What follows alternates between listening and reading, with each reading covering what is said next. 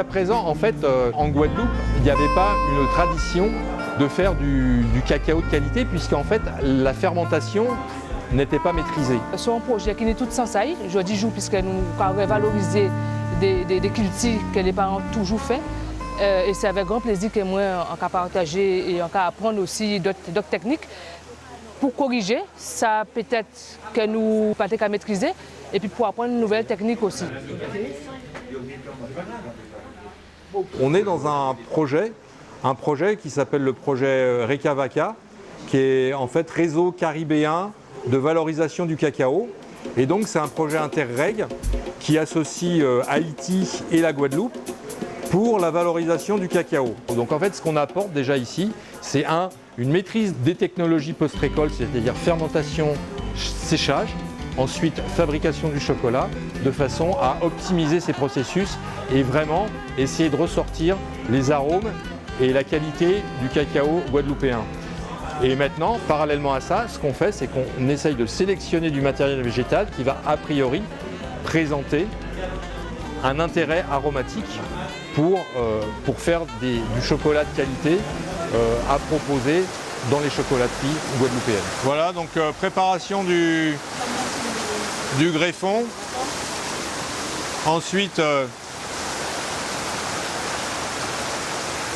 découpe du porte-greffe. Donc là, on insère le greffon dans le porte-greffe. Et c'est la raison pour laquelle on a organisé cette semaine une formation sur le greffage pour que à la fois les personnes intéressées ou à la fois les personnes qui travaillent à l'os aux fruits ou à la grivolière maîtrisent cette technique de greffage pour pouvoir multiplier et diffuser ces cacaoyers qui sont intéressants pour mettre en culture dans les futures plantations.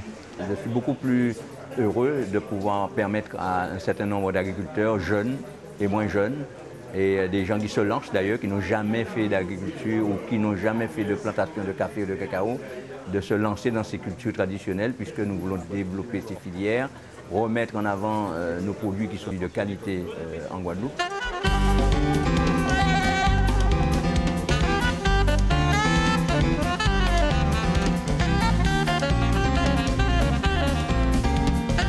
Ça permet aux agriculteurs et surtout aux producteurs de cacao de se concentrer un petit peu sur leur activité d'une part, mais aussi d'être capable de produire eux-mêmes en fait leur plan en fait, un greffé de cacao, de faire de la sélection variétale, et je pense que c'est important. Ici, en tant que formateur, mais aussi on apprend. Et c'est ça qui est génial parce que le partage, c'est vraiment dans deux directions.